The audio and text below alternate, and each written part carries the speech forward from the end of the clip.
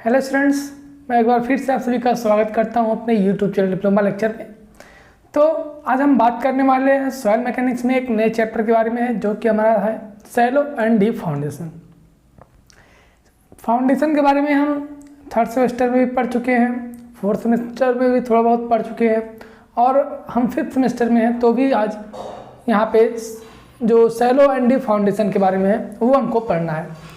तो यहाँ पे हम बेसिक की जानकारी लेंगे। बाकी जो अगर आप पहले पढ़े होंगे तो आपको पता होगा कि कौन सा फाउंडेशन क्या होता है और ये कितने प्रकार के होते हैं, इन सब के बारे में आपको जानकारी पहले से ही होगी।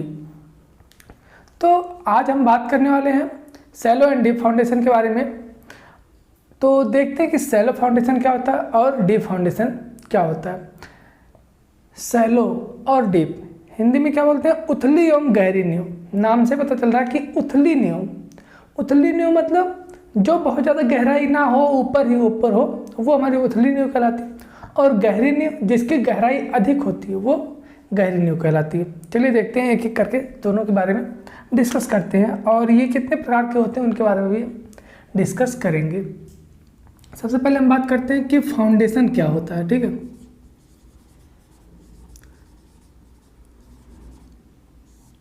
सबसे पहले तो हम बात कर लेते हैं कि फाउंडेशन क्या होता है। फाउंडेशन जिसको हम हिंदी में नींव बोलते हैं, जिसको हम हिंदी में क्या बोलते हैं? नींव बोलते हैं। नींव जो होता है वो संरचना का मतलब कि वह भाग होता है। जैसे क्या हुआ, कोई स्ट्रक्चर है, स्ट्रक्चर जैसे बिल्डिंग है, बिल्डिंग का वह भाग जो सुपर स्ट्रक्चर के लोड को क्या कहता है? सुपर स्ट्रक्चर मतलब क्या आ जाता है उसमें हमारा वॉल आ जाता है, स्लैब आ जाता है, बाकी मतलब कि वॉल के ऊपर जितने जितने लिंटल आ जाते हैं, इन सब का लोड ये हमारे सुपर स्ट्रक्चर के पार्ट में आते हैं। ठीक है, तो संरचना का वह भाग जो सुपर स्ट्रक्चर के लोड को सॉइल पर, मृदा पर स्थानांतरित करने का कार्य करता है, उसको हम नींव बोल देते हैं। क्या? उसी को हम फाउंडेशन बोल देते हैं। तो ये क्या होगा? फाउंडेशन की डेफिनेशन होगी। बात करते हैं फाउंडेशन। तो एक सुपर स्ट्रक्चर होता है और एक हमारा मतलब कि अधिसंरचना और अधा संरचना, दो होता है, सब स्ट्रक्चर और सुपर स्ट्रक्चर। जो सुपर स्ट्रक्चर होता है वो हमारा, जैसे क्या हुआ कि फाउंडेशन के ऊपर का जो पार्ट होता है वो हमारा सुपर स्ट्रक्चर कहलाता है, और जो सब स्ट्रक्चर होता है वो फाउंडेशन के नीचे का पार्ट जो होता है वो सब स्ट्रक्चर हमारा कहलाता है। ठीक है, तो वही डेफिनेशन हो रही कि ऊपर स्ट्रक्चर के लोड को मृदा पर स्थानांतरित करने का कार्य जो करता है वही हमारा नींव कहलाता है। तो ये क्या हुई? नींव की डेफिनेशन होगी। अब हम बात करते हैं कि नींव कितने प्रकार के होते हैं। नींव अगर बात करते हैं कि ये हमारे जनरली दो प्रकार के होते हैं। कौन कौन से? एक शैलो फाउंडेशन और दूसरी अगर बात करते हैं तो डीप फाउंडेशन। ठीक है, शैलो फाउंडेशन मतलब उथली नींव,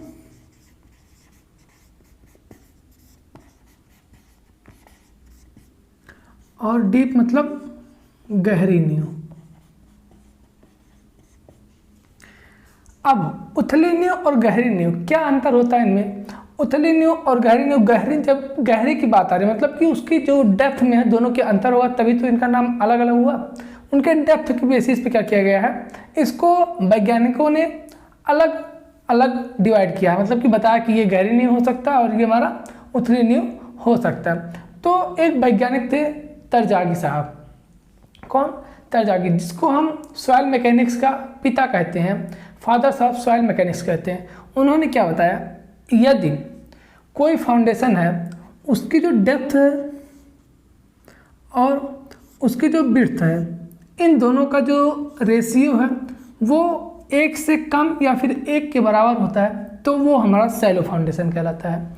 ठीक, अगर इसी को हम दूसरे टर्म में लिखना चाहें, ये तो तरजागी के अनुसार है।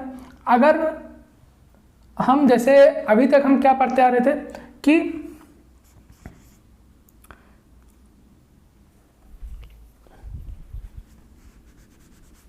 अभी तक जो हम पढ़ रहे थे वो क्या पढ़ते कि जो डी होता है, या फिर जिस हाइट बोल सकते हैं, ठीक है, यहाँ पे हमने डी लिखा है, अगर हम जो हमने थर्ड सेमेस्टर और फोर्थ सेमेस्टर में पढ़ा, वहाँ पे क्या पढ़ा, जो हाइट होता है वो या तो विड्थ के बराबर होगा या तो छोटा होगा, ये हमने अब तक पढ़ा। लेकिन अब हम क्या पढ़ रहे हैं, डेप्थ ऑफ फाउंडेशन और विड्थ ऑफ फाउंडेशन का जो रेशियो होता है वो एक से बड़ा, मतलब कि एक से छोटा या फिर बराबर होता है। और अगर डी फाउंडेशन की बात करते हैं तो यहाँ पे DF/B का जो रेशियो होगा ये हमेशा एक से बड़ा रहेगा, तो ये हमारा डी फाउंडेशन कहलाएगा। इसी को अगर हम दूसरे भाषा में लिखना चाहें तो H जो रहेगा हमेशा B से बड़ा रहेगा, मतलब कि जो हाइट रहेगी वो हमेशा उसकी चौड़ाई से क्या होगी, अधिक होगी डीप फाउंडेशन में। ठीक है, तो अब हम बात करते, ये तो हो गया हमारा सैलो और डीप फाउंडेशन, इन दोनों में क्या अंतर हो गया। अब अगर बात करते हैं कि जब हम फाउंडेशन बनाते हैं तो उस टाइम जो सैलो फाउंडेशन जब बनाते हैं, सैलो फाउंडेशन को कौन कौन से ऐसे फैक्टर्स होते हैं इसकी, जो इसकी डेप्थ को क्या करते हैं, प्रभावित करते हैं, जो इसकी गहराई को प्रभावित करते हैं, वो कौन कौन से फैक्टर्स हो सकते हैं। तो उसके बारे में अगर बात करते हैं, पहला जो फैक्टर हो सकता है कि उस पर लोड कितना आ रहा है, किस प्रकार का लोड आ रहा है, तो वो भी क्या करता है, हमारे जो डेप्थ ऑफ सैलो फाउंडेशन को प्रभावित करता है। लोड अप्लाइड, किस प्रकार का लोड उस पर लग रहा है, ये हमारे फाउंडेशन की गहराई को प्रभावित करता है। और वहाँ की सॉइल की bearing capacity of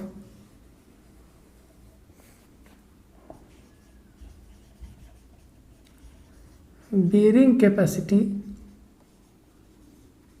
of soil. Third, type of soil, किस प्रकार की मृदा है, टाइप ऑफ सॉइल। ठीक है, ये कुछ फैक्टर्स होते हैं, और भी कई फैक्टर्स होते हैं, तो ये मेजरली फैक्टर है, 3 फैक्टर। लोड किस तरह का लग रहा है उस पर, वहाँ के बेयरिंग कैपेसिटी कैसी है, सॉइल की बेयरिंग कैपेसिटी कैसी है, और टाइप ऑफ फाउंडेशन सॉइल, किस प्रकार की सॉइल, किस प्रकार की मृदा है वहाँ पर। ये सारे फैक्टर्स क्या करते हैं, हमारे जो गहराई होती है सैलो फाउंडेशन की, उतनी नींव की जो गहराई होती है उसको प्रभावित करते हैं। ठीक है, तो ये कुछ फैक्टर्स हो गए। अब हम बात करते हैं कि एक एक पर्टिकुलर की सैलो फाउंडेशन और डीप फाउंडेशन के बारे में एक एक करके बात करते हैं। ठीक है, आई होप कि इतना आपको समझ में आ रहा होगा। अब हम बात करते हैं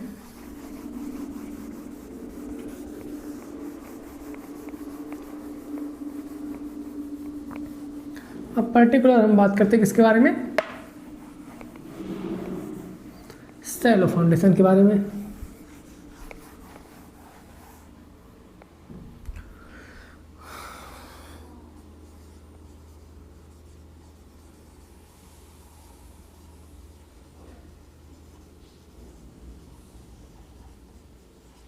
उथली नींव। ठीक है, बात करते हैं किसके बारे में, उथली नींव के बारे में। तो इसकी डेफिनेशन हमने जान ली।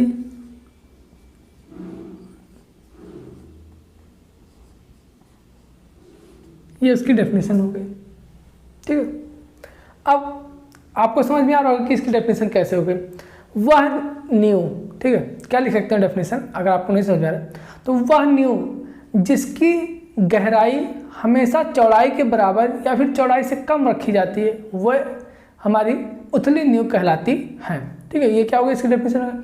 अगर इस फॉर्म में बताना चाहें तो यदि किसी फाउंडेशन की गहराई और उसकी चौड़ाई का जो अनुपात है वो 1 से छोटा या फिर 1 के बराबर है तो इस प्रकार की फाउंडेशन को या फिर इस प्रकार की नींव को हम उथली नींव या फिर सैलो फाउंडेशन बोल देते हैं। ठीक है, अब क्या आपको डेफिनेशन समझ में आ गई। अब बात करते हैं कि ये कितने प्रकार की होती हैं, सैलो फाउंडेशन जो है ये हमारी कितने प्रकार की होती हैं। तो आपको कुछ लोगों को तो पता होगा, कुछ लोगों को नहीं पता होगा, वो तो हम उनको बात बता देते हैं। ठीक है, बात करते हैं types of shallow foundation. First अगर बात करते हैं टाइप ऑफ सैलो फाउंडेशन में फर्स्ट अगर बात करते हैं तो इसमें हमारा क्या आ जाता है, spread foundation, spread footing foundation. क्या, स्प्रेड फुटिंग फाउंडेशन।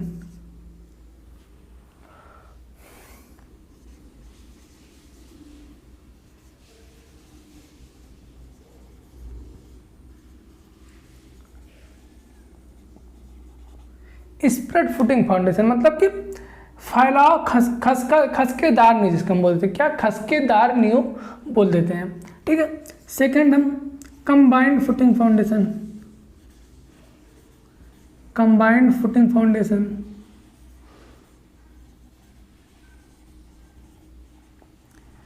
इसी में हमारा क्या आ जाता है, ग्रिलेज फाउंडेशन,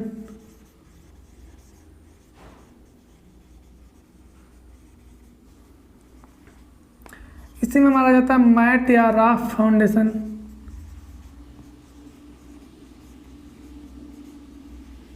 मैट और राफ्ट फाउंडेशन। फिर इसी में हमारा आ जाता है क्या, स्टेप्ड फाउंडेशन, स्टेप्ड फाउंडेशन। इसी में हमारा क्या आ जाता है, स्प्रेड फुटिंग कंबाइंड,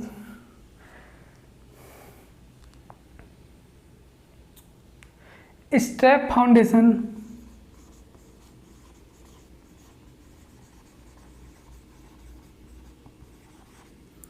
और इसी में हमारा क्या आ जाता है, inverted arc foundation, inverted arc foundation. ठीक है। ये कुछ क्या है हमारे टाइप ऑफ सैलो फाउंडेशन के प्रकार हैं। अगर बात करते हैं स्प्रेड फुटिंग फाउंडेशन की, मतलब कि खसकेदार नींव। नेक्स्ट कंबाइंड फुटिंग फाउंडेशन मतलब कि संयुक्त फुटिंग, संयुक्त पाद वाला नींव। नेक्स्ट ग्रिलेज फाउंडेशन, इसको ग्रिलेज फाउंडेशन के नाम से जानते हैं हिंदी में।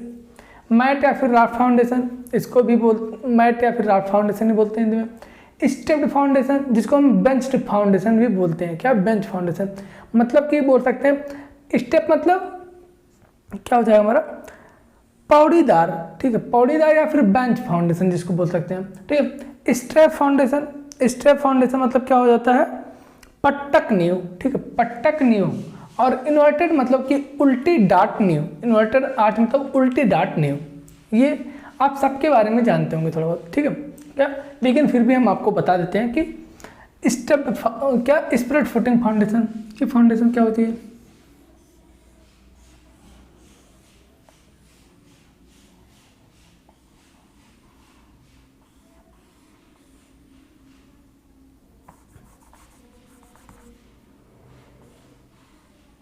क्या हो गया, ये हमारी क्या हो गई, स्प्रेड फुटिंग फाउंडेशन मतलब कि खसकेदार नींव। इसी को क्या हम खसका बोल देते हैं, इसी को हम खसका बोल देते हैं। ये इसकी विड्थ होती है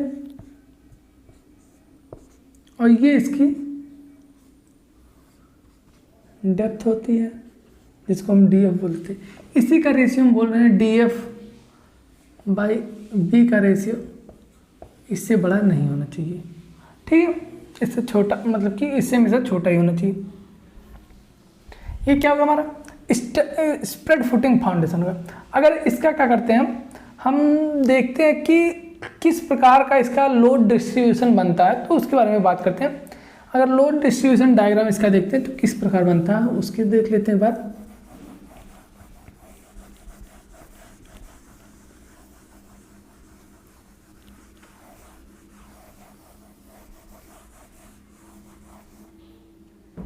तो इसका जो क्या कहते हैं लोड डिस्ट्रीब्यूशन डायग्राम बनता है वो कुछ इस प्रकार बनता है। किस प्रकार बनता है,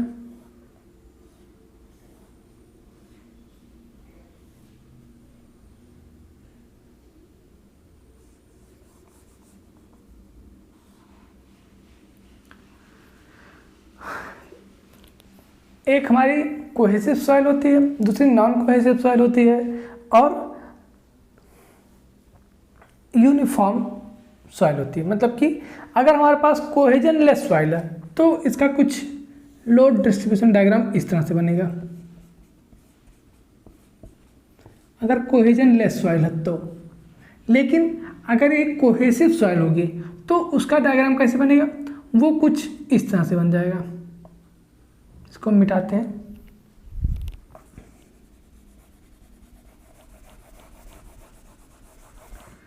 उसका डायग्राम कुछ इस तरह से हमारा बनेगा। ये हमारे कोहेसिव सॉइल के लिए है, ठीक है। और अगर हमारा क्या यूनिफॉर्म डिस्ट्रीब्यूटेड स्ट्रेच होगा, डिस्ट्रीब्यूट होगा, यूनिफॉर्म प्रेशर डिस्ट्रीब्यूट होगा, तो वो किस तरह से होगा, नाम से पता चल रहा है यूनिफॉर्म, मतलब कि कुछ इस तरह से होगा। सब जगह पे क्या होगा, सेम रहेगा, ठीक है। ये क्या होता है, इसका लोड डिस्ट्रीब्यूशन या फिर स्ट्रेस डिस्ट्रीब्यूशन डायग्राम इस तरह से इसका बन जाता है। किसका, स्प्रेड फुटिंग फाउंडेशन का, खसकेदार नींव का। अब हम बात करते हैं combined footing foundation. Combined footing foundation क्या होता है कि जैसे क्या हुआ, हमको अगर मान लेते हैं यहाँ पे हमारा स्ट्रक्चर खत्म होता है, ठीक है, और हमको यहाँ पे भी एक फाउंडेशन बनाना हुआ। एक फाउंडेशन यहाँ पे हमने क्या किया, बनाया, और हमको यहाँ पे भी एक फाउंडेशन बनाना हुआ।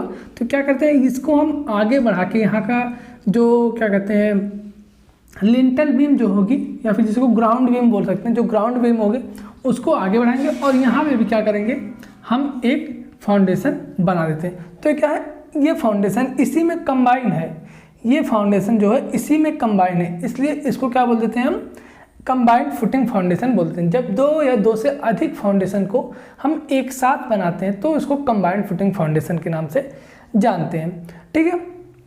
नेक्स्ट हम बात करते हैं ग्रिलेज फाउंडेशन। ग्रिलेज फाउंडेशन क्या होता है, ग्रिलेज फाउंडेशन दो हमारा होता है।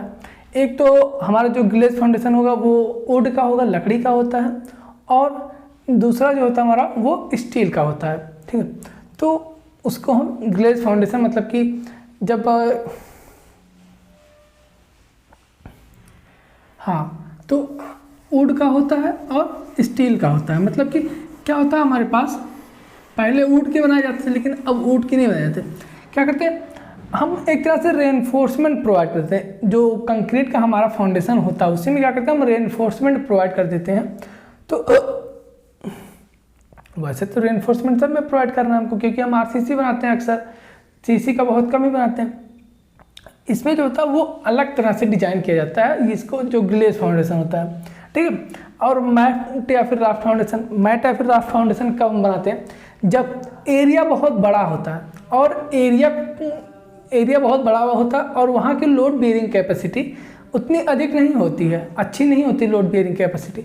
तो वहाँ पर क्या करते हैं, पूरी एरिया का जो, जैसे क्या है कि ये एरिया हमारे पास था, यहाँ के एरिया को जितनी डेप्थ तक हमको फाउंडेशन बनाना है उतनी डेप्थ तक सॉइल क्या करेंगे, खोद के निकाल लेते हैं। खोद के निकाल लेने के बाद जैसे मैट क्या होता है, मैट एक तरह से ऐसे बिछा देते हैं तो बराबर ऐसे पड़ा रहता है। उसी तरह से क्या करते हैं, इस पर कंक्रीट की लेयर बिछा देते हैं, पूरे एरिया पे क्या कर देंगे, कंक्रीट की लेयर बिछा देंगे।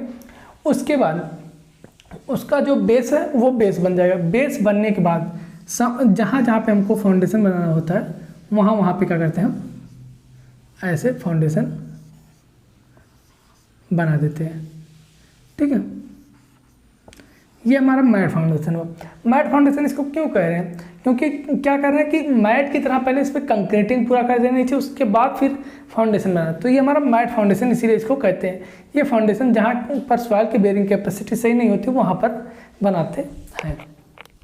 नेक्स्ट क्या है हमारा, स्टेप्ड फाउंडेशन। स्टेप फाउंडेशन कहाँ पर बनाते हैं, पहाड़ों पर आप देखे होंगे, जो जैसे क्या है, पहाड़ किस तरह से होते हैं, तो पहाड़ों पर आपने घर जरूर देखा होगा, कुछ इस तरह से होता है, ठीक है। तो यहाँ पर बिल्डिंग बनाने के लिए क्या करेंगे, यहाँ पर कुछ हमको इस तरह से फाउंडेशन बनाने की ज़रूरत पड़ती है। तो ये क्या हमारा स्टेप देख रहे हैं आप, जैसा सीढ़ी आप चढ़ते हैं ना, एक सीढ़ी, दो सीढ़ी, तीन सीढ़ी, तो ये स्टेप की तरह है, तो इसीलिए इसको स्टेप फाउंडेशन बोल देते हैं, ठीक है। ये हमारा क्या हो गया, स्टेप फाउंडेशन हो गया, जिसको हम बेंच फाउंडेशन बोल सकते हैं, ठीक है। तो ये पहाड़ों पर बनाते हैं, क्योंकि पहाड़ों पर जो होती है हमारी, वहाँ पर जो सरफेस होता है वो प्लेन नहीं होता, जो सरफेस होता है वो प्लेन नहीं होता है, इसलिए वहाँ पे हमको स्टेप फुटिंग फाउंडेशन बनाने की ज़रूरत पड़ती है। नेक्स्ट हमारा आ जाता है स्टेप फाउंडेशन, ठीक है। क्या नेक्स्ट हमारा स्टेप फाउंडेशन, जिसको हम एक मिनट, पट्टक नींव या पट्टक नींव जिसको हम बोलते हैं, ठीक है। पट्टक नींव को हम बोलते हैं स्टेप फाउंडेशन को।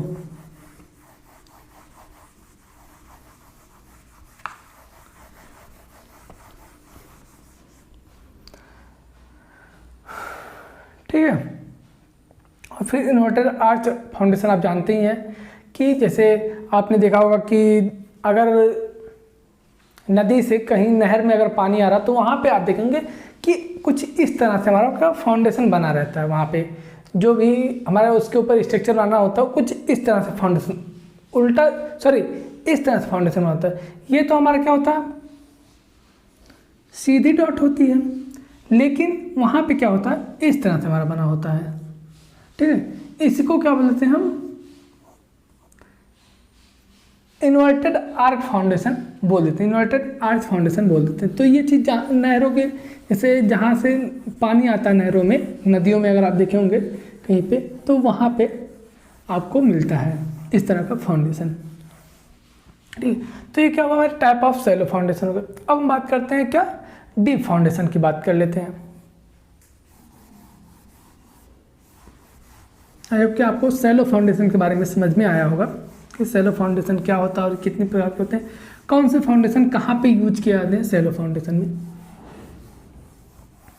अब एक चीज बताइएगा आप,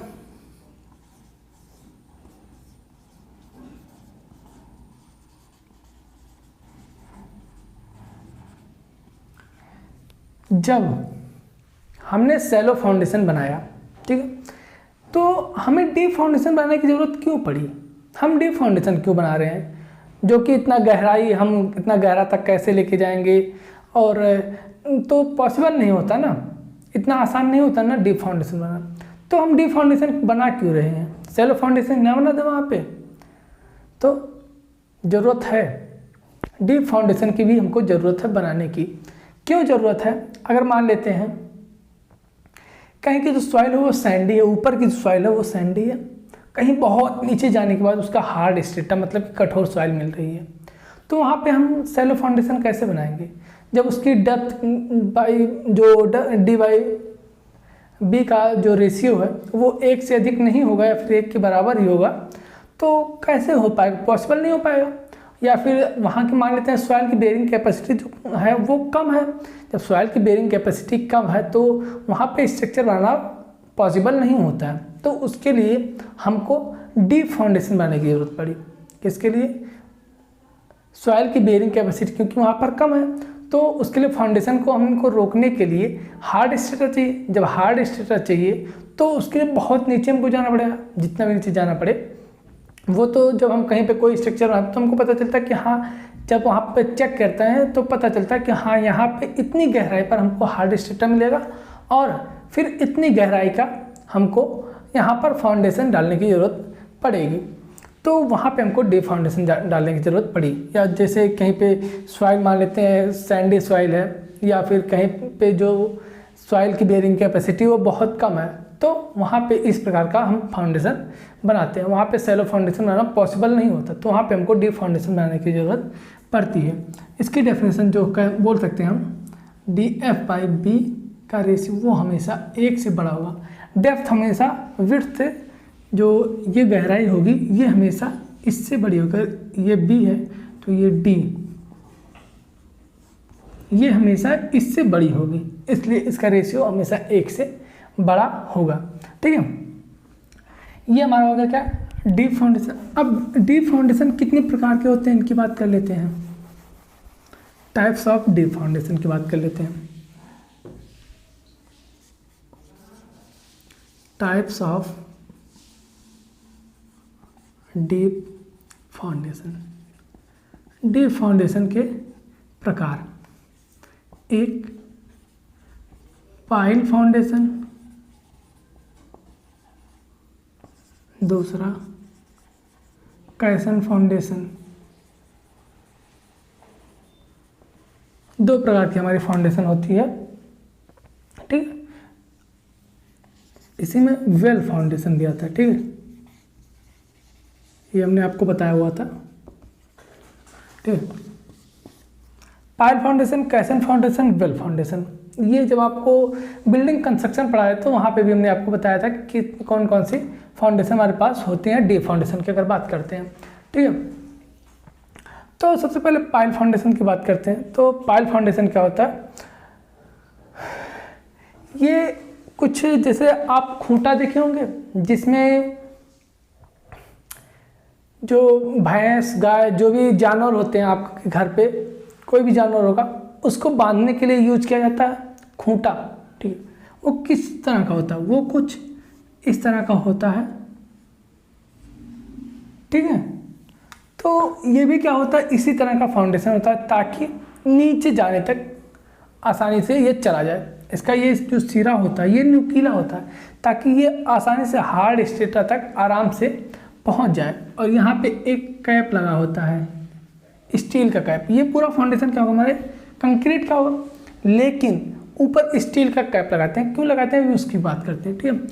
पाइल फाउंडेशन आपको समझ में आ गया क्या होता है, ठीक है। खूंटे, इसको हम खूंटा नींव भी बोलते हैं, ठीक है। ये खूंटे के आकार का होता है इसलिए इसको खूंटा नींव बोल देते हैं। अब पाइल फाउंडेशन हमारे पास कई प्रकार की होती हैं, अब उसकी बात करते हैं, पाइल फाउंडेशन की बात करते हैं कौन कौन से हमारे पास होती हैं।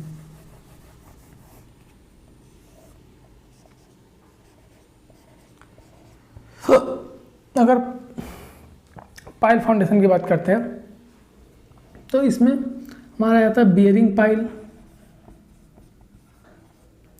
फिर आता है फ्रिक्शन पाइल,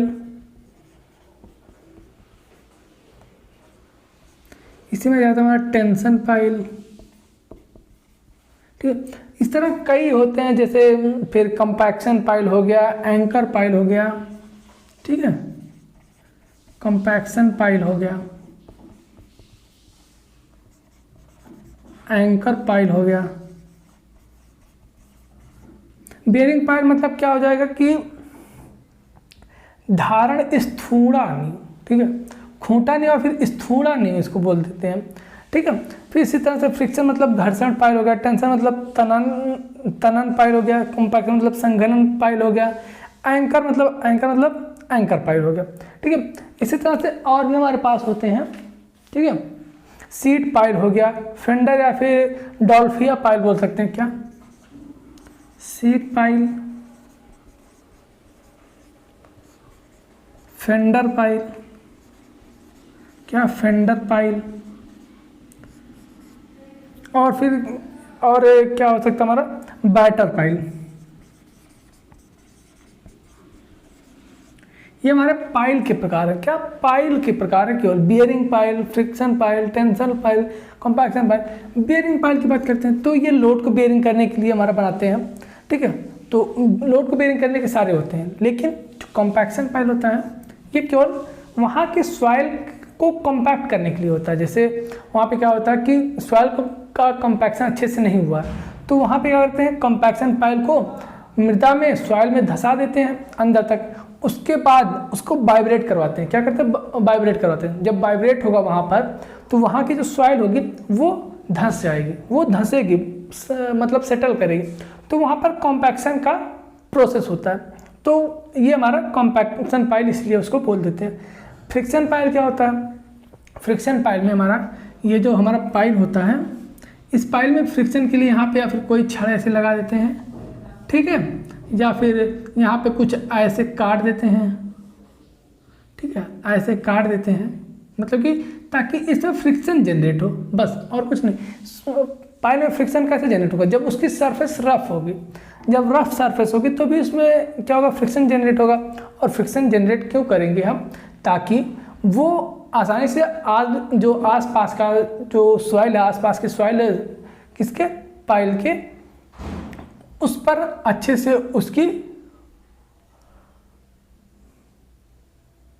उसका लोड ट्रांसफर हो सके। ठीक है।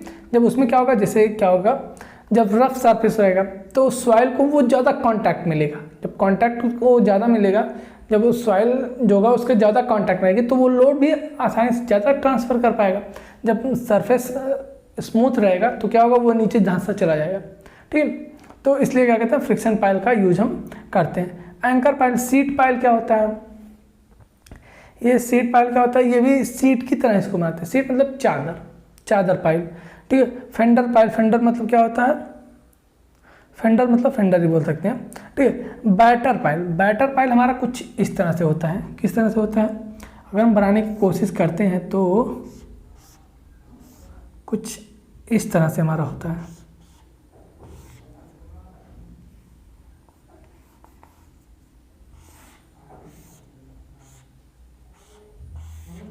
ये कुछ इस तरह से क्या होता है, हमारा बैटर पाइल होता है।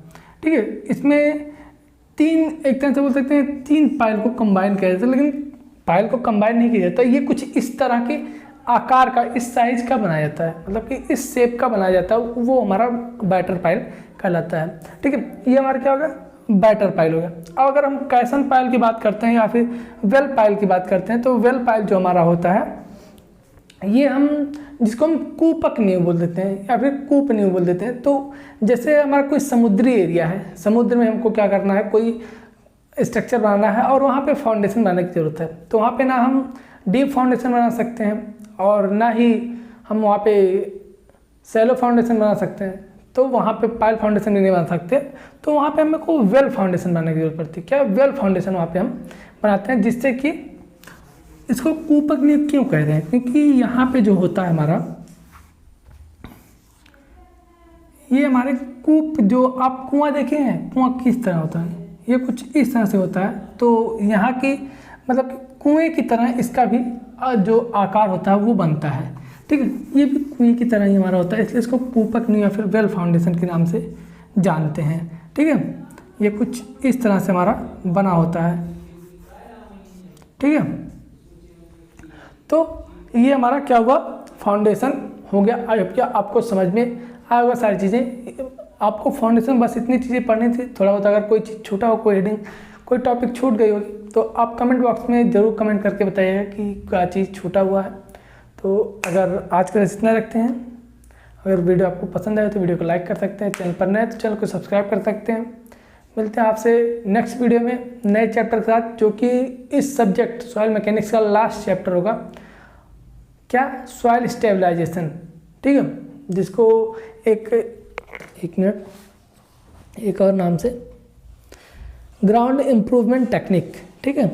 सॉइल एक्सप्लोरेशन और ग्राउंड इम्प्रूवमेंट टेक्निक, सिलेबस के अकॉर्डिंग दो चैप्टर बचा है, तो दोनों चैप्टर को हम एक ही में क्या करेंगे, आपको पढ़ा देंगे। तो नेक्स्ट चैप्टर में, नेक्स्ट वीडियो में वो चैप्टर आप सभी का स्टार्ट होगा। आज के लिए बस इतना रखते हैं, मिलते हैं आपसे नेक्स्ट वीडियो में। तब तक के लिए बने रहिए हमारे साथ। धन्यवाद, थैंक यू।